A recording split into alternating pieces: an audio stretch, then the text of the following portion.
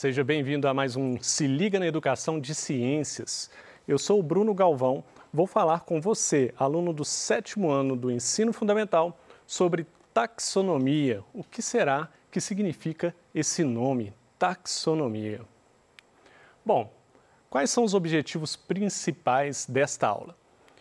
Eu gostaria que você, aluno, conseguisse compreender a evolução do sistema de classificação dos seres vivos e que você possa entender também a organização taxonômica adotada atualmente.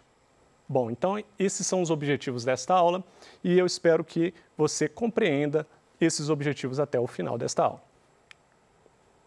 Que seria então esse nome tão estranho, né? Taxonomia, não é uma palavra cotidiana, não é uma palavra usual para nós. Bom, chamamos de taxonomia então a ciência responsável por fazer a classificação sistemática em categorias de diferentes áreas. Professor, você quer saber? Eu li esse conceito, acompanhei e ainda não entendi nada. Calma, tenha paciência, você vai entender daqui a pouquinho. Bom, o que a taxonomia faz? Ela vai ser responsável, então, por categorizar, ou seja, dividir em categorias, os seres vivos em grupos afins, ou seja, em grupos que são parecidos, semelhantes, baseando-se nas semelhanças, nas características físicas, nas características anatômicas, na estrutura do corpo e, atualmente, utilizando também os dados evolutivos e genéticos para que você consiga ter uma ordenação, uma organização dos seres vivos, de forma que o mundo inteiro, os cientistas, os estudiosos e todos nós estudantes possamos compreender e diferenciar animais, plantas, entre outros seres vivos. Vamos pensar aqui na importância da taxonomia, mas para a gente pensar na importância dela, eu vou usar um exemplo aqui para você tentar entender melhor o que eu quero dizer com a importância da taxonomia.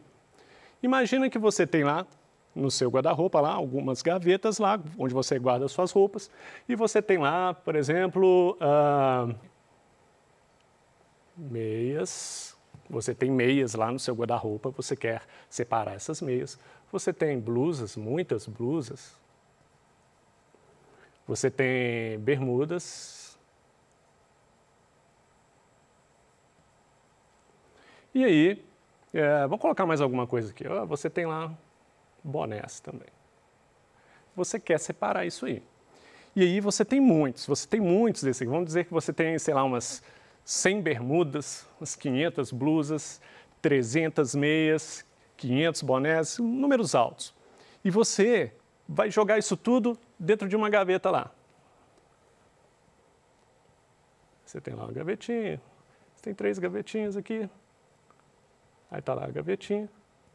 Se você jogar tudo misturado aqui, vai ficar difícil na hora que você precisar de sair e pegar só a meia daquela cor que você quer, pegar só as blusas. Agora, se você organizar, você vai ter mais facilidade. Digamos que você coloca somente meias na primeira gaveta, somente blusas na segunda gaveta, somente bermudas na terceira gaveta. E os bonés você vai pendurar num cabide, sei lá. Você usa um cabide lá, pendura os seus bonés. Ou seja, quando você tem uma grande quantidade de materiais para selecionar, você precisa de organizá-los. E da mesma forma acontece com os seres vivos. Nós temos milhares, na verdade milhões de espécies de seres vivos no planeta. Acredita-se que pode chegar a mais de 50 milhões. Imaginem um número gigantesco desse se você não tiver organização, se você não tiver esses seres vivos devidamente separados em grupos.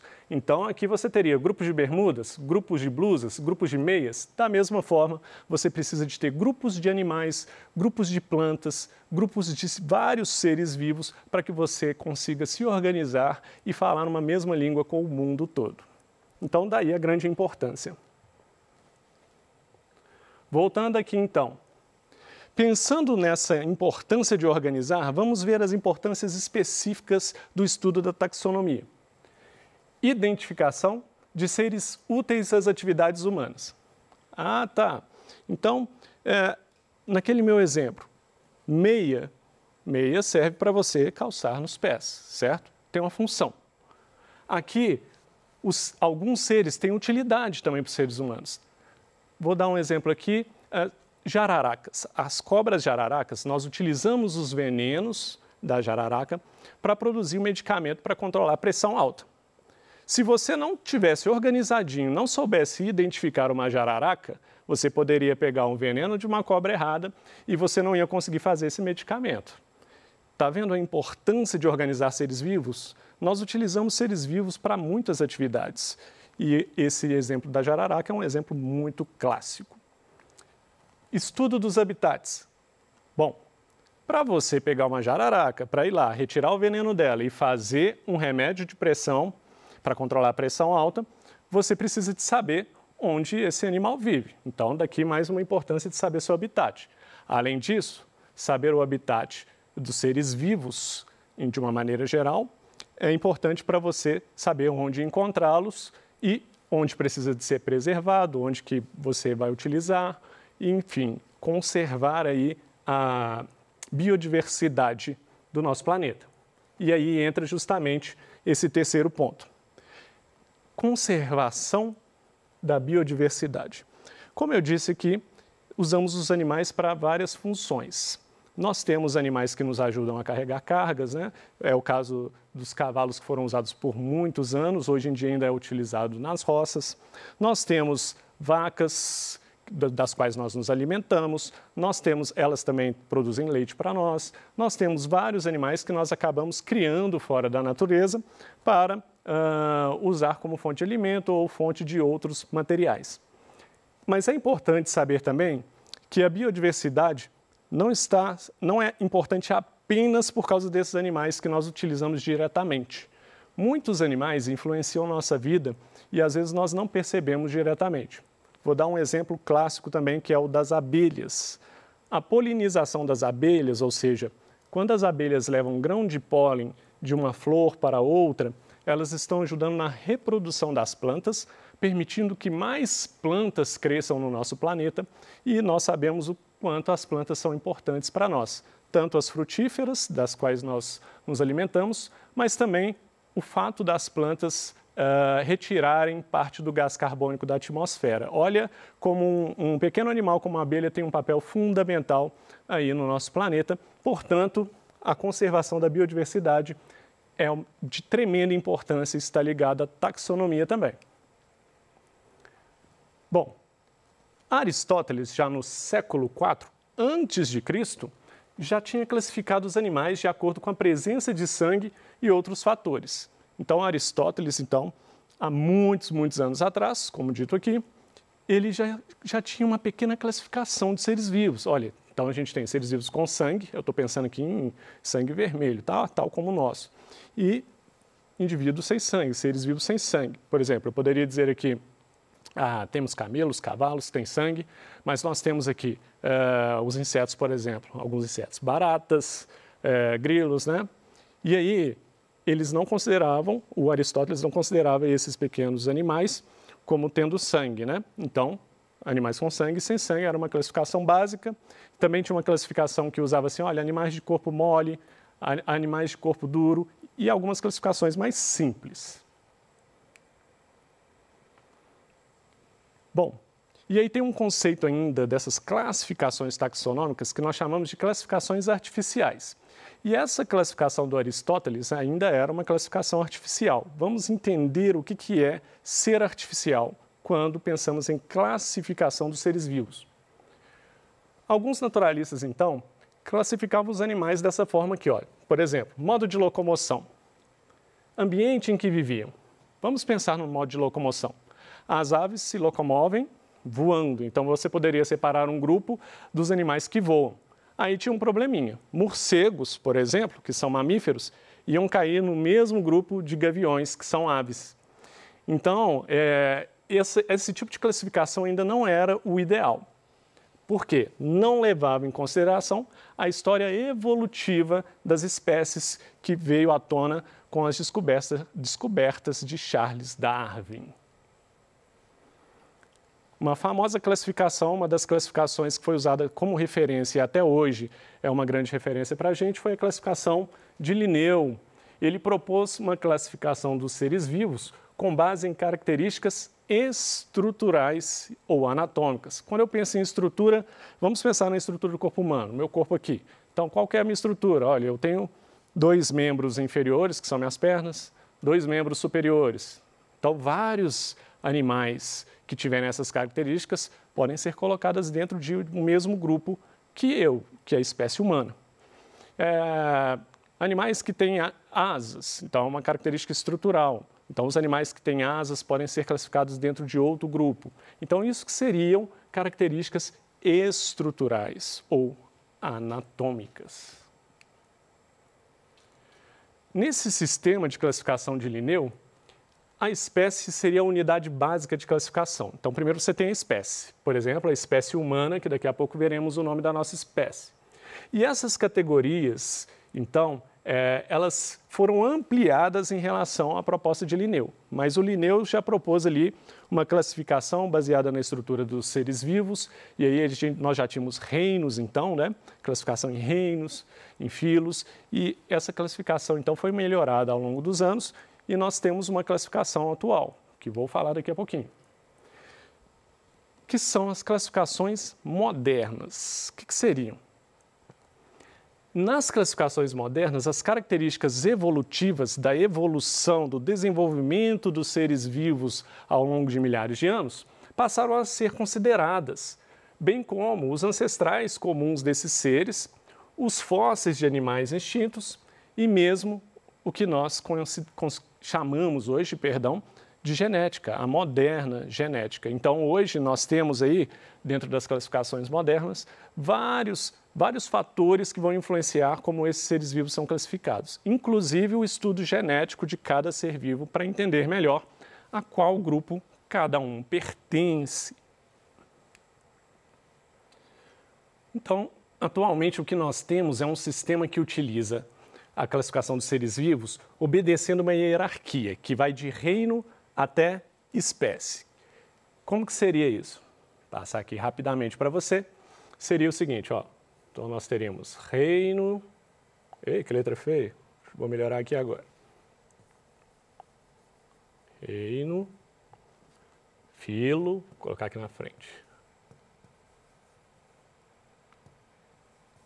Classe, passar para baixo aqui. Ordem, família, passar para baixo de novo. Gênero e, finalmente, espécie. E funciona da seguinte forma. O reino seria o grupo mais amplo. Dentro desse reino, podem ter vários filos.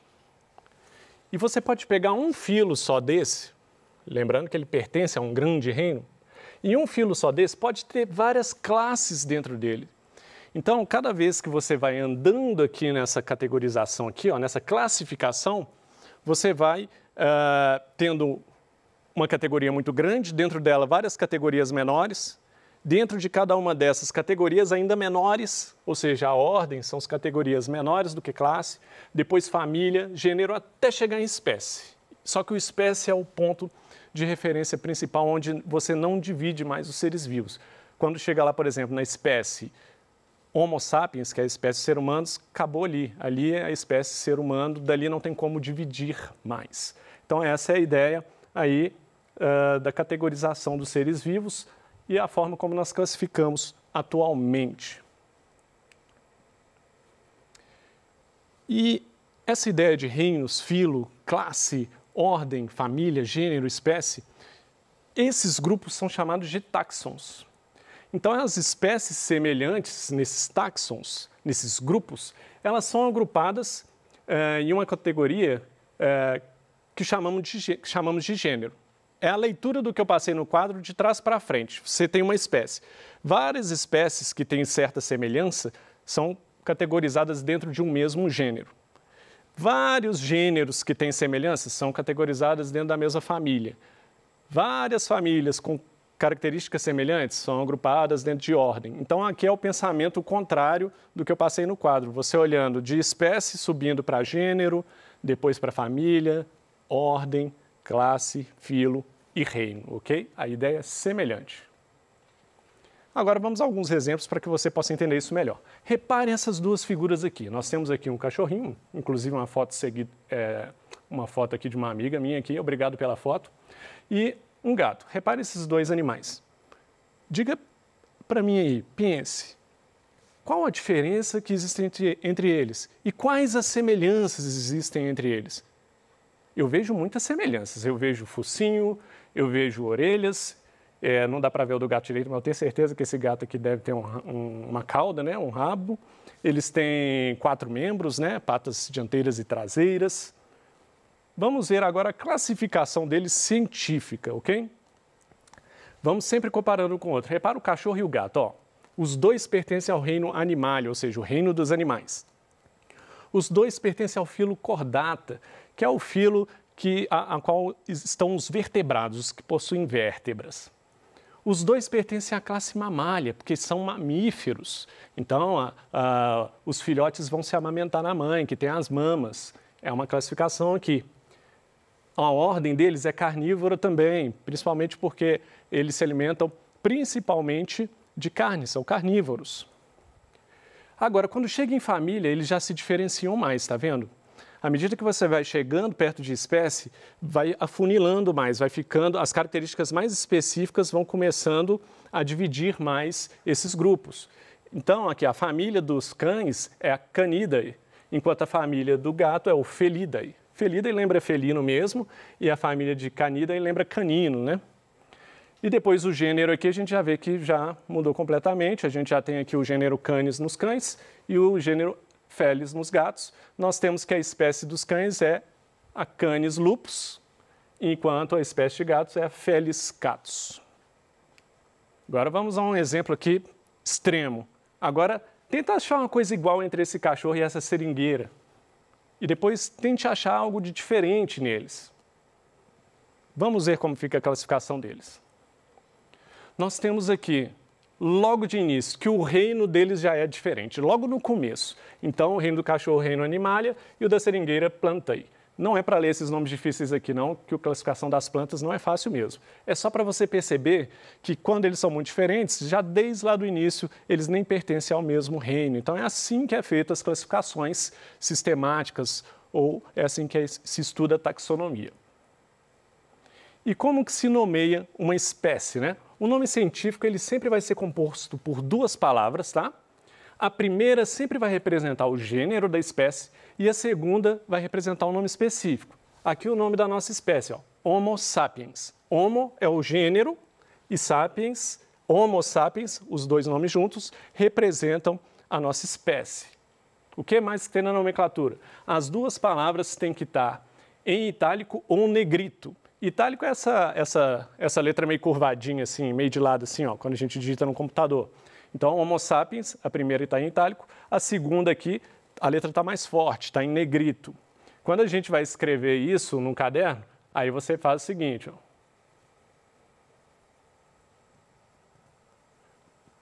Porque não dá para escrever à mão em itálico e negrito, né? Aí você sublinha essas palavras, ok? E, finalmente, a primeira letra do gênero deve sempre estar com letra maiúscula e a segunda letra da espécie deve estar em minúsculo. Homo sapiens, a primeira letra lá da primeira palavra homo, que reconhece o gênero, letra maiúscula. E a segunda palavra, letra minúscula, sapiens. Aí estão os pontos principais, nós vimos aí a taxonomia e a sua importância para a nossa vida, as classificações artificiais, né?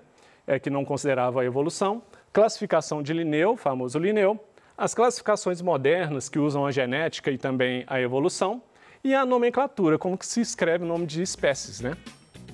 É isso que eu queria falar com vocês. Repare aqui as referências bibliográficas, caso você queira aprofundar no assunto, são boas referências. No mais é isso, eu desejo a você bons estudos.